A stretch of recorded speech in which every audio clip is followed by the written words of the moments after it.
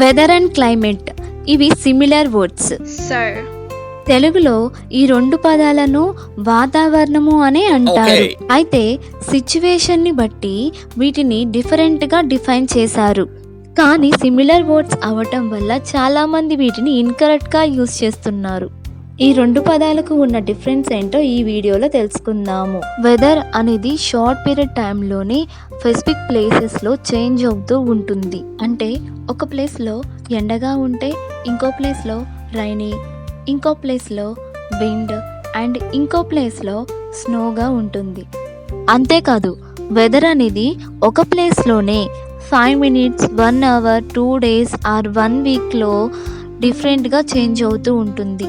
అంటే 5 minutes ముందు సన్నీగా ఉంది, ఇప్పుడు మినిట్స్లోనే సన్నీ నుంచి రైనీగా, రైనీ నుంచి క్లౌడ్గా, ఇలా డిఫరెంట్గా మారుతూ ఉంటుంది వెదర్ అనేది. క్లైమేట్ వెదర్తో కంపేర్ చేస్తే కొంచెం డిఫరెంట్గా ఉంటుంది. అంటే క్లైమేట్ చేంజ్ అవడానికి లాంగ్ పీరియడ్ టైం పడుతుంది, కొన్ని ఇయర్స్ ఆఫ్ టైం అనేది పడుతుంది క్లైమేట్ చేంజ్ అవడానికి. బట్ మెట్రాలజీ డిపార్ట్మెంట్ 30 yearsకి ఒకసారి క్లైమేట్ చేంజ్ అవుతుందని తెలియజేశారు. క్లైమేట్ అనేది ఎర్త్ పైన డిఫరెంట్ ఏరియాస్లో డిఫరెంట్గా ఉంటుంది.